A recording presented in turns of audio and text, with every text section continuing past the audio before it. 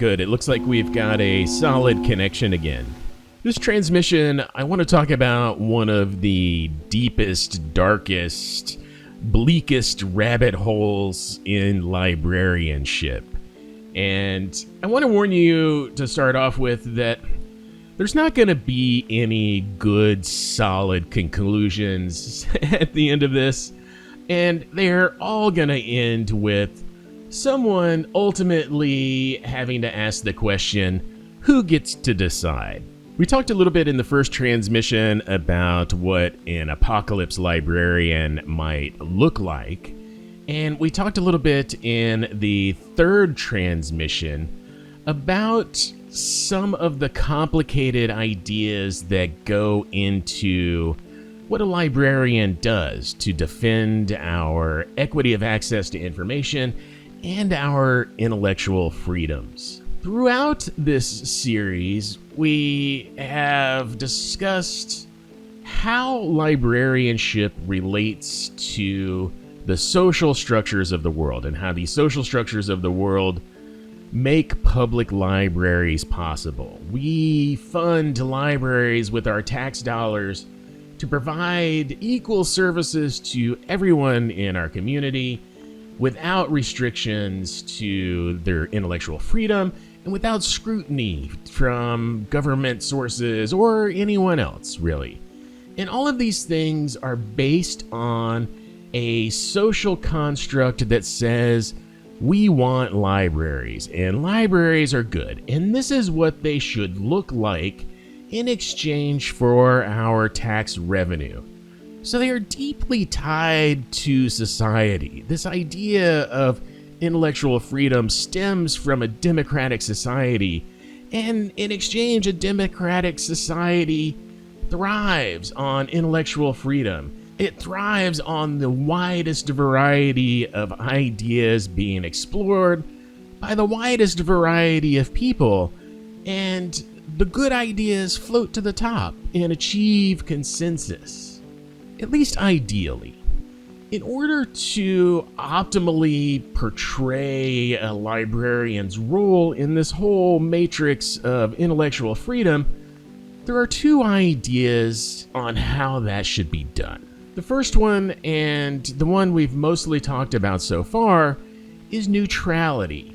The idea that a librarian should in no way interject their biases or any other influence on what your intellectual freedom is. In an ideal, neutral setting, a librarian would never express an opinion on either side of the political spectrum, no matter how controversial.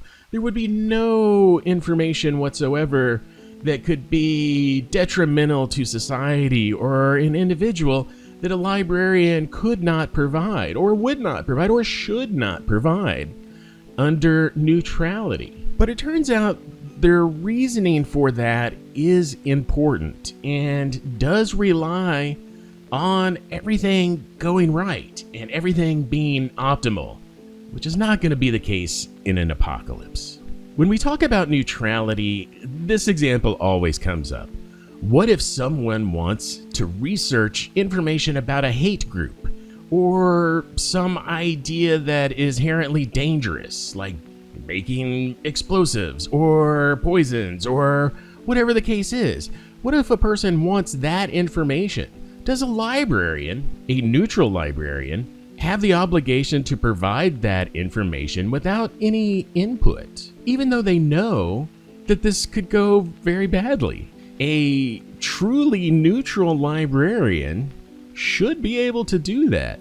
But in reality, none of us would do that. None of us would put anyone at harm without some concern over an information request like that. So this brings up the counterpoint to neutrality, which is called critical librarianship. Critical librarianship asks the question, is true neutrality something that's even achievable as a librarian? All information is different, and all people are different, and everyone brings their own inherent biases and complications to everything that they do. So is true neutrality something that's achievable, and is it even desirable? If I am staring down the face of something that is obviously wrong, a collapse in society, a breakdown of our library systems that appear to be racist or biased in some obvious way, am I just being complacent if I am neutral? If the world is falling apart, and I as a librarian have the information to solve all of the problems of the world, and I don't because I'm neutral and it's not my place to express that opinion, am I just being complacent? And am I encouraging complacency? Critical librarianship involves looking at the details of the situation and providing the correct answer, when possible, to deal with obstructions to equity of access of information or intellectual freedom. And sometimes those are not necessarily positions that require a neutral attitude to solve correctly. Sometimes they require an active attitude to solve correctly. Ultimately, these two solutions get to the same place. Their same desire is to provide access to the information and provide equity of access to information. The difference between the two, as an example, would be someone questioning LGBTQ books in a library. A librarian coming from a neutral position might maintain that they need to provide information access to all types of literature, and that the representation of LGBTQ plus literature falls into that category of all literature.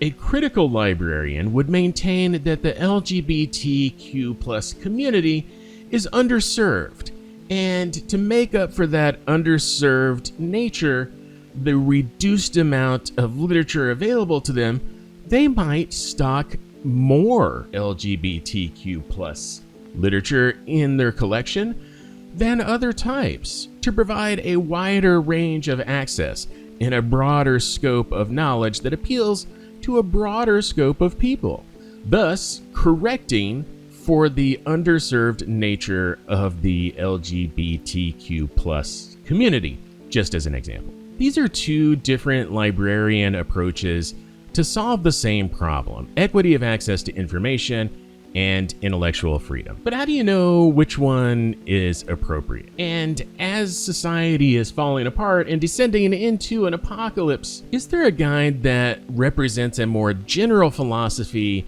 on how libraries should work? That brings us to Ranganathan's 5 Laws of Librarianship. I'm going to let you look this guy up on your own.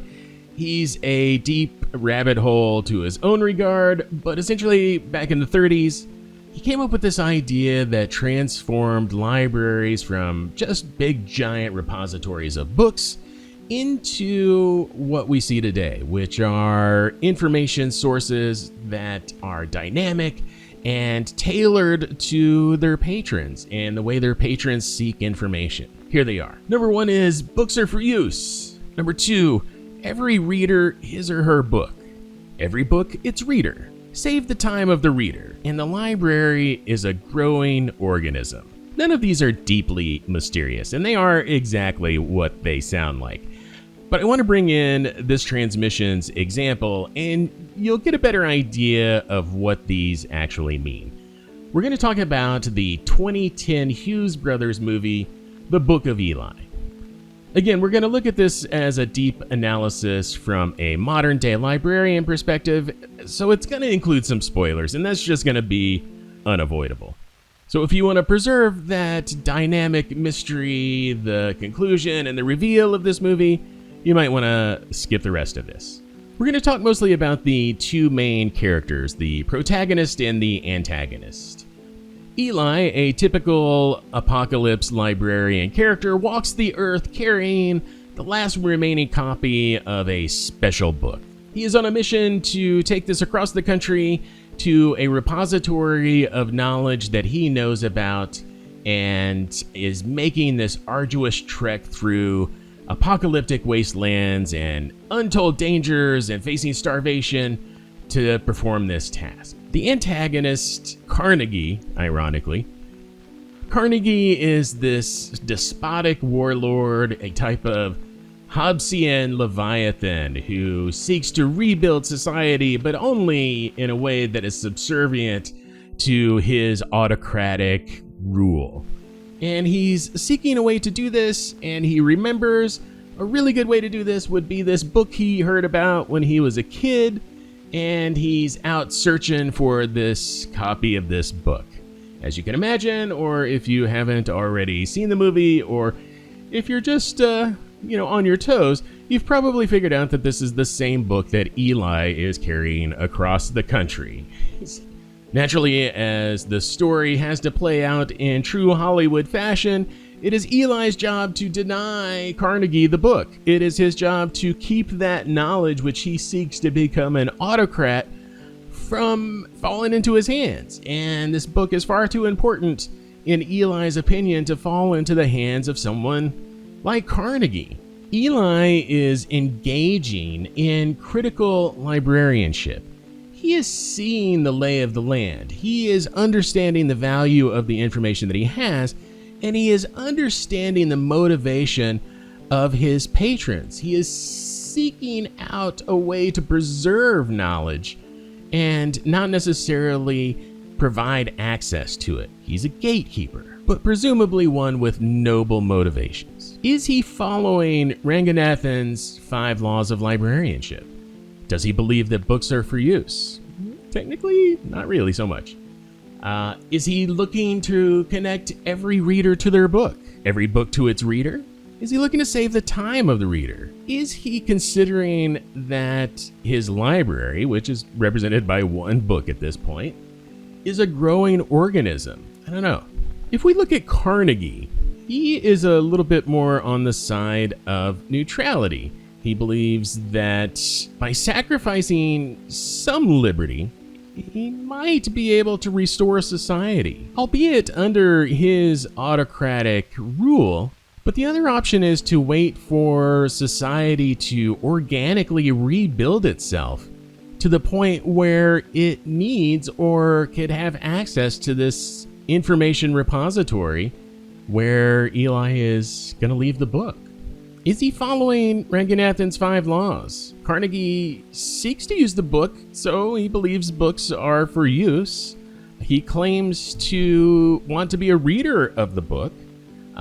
He believes the book is his to use. And he definitely tries to shortcut some things to save some time, which ends up in a lot of people dying in the movie. Ultimately, in my opinion, in a needless fashion that could be remedied by Eli just giving Carnegie the book that Carnegie can't read anyway. While not my favorite movie, it is a good illustration of how our attitudes towards information and information access are very reliant on the motivations behind them. They can be good or they can be evil. Ultimately, who gets to decide? And what should a librarian's role be in making that decision?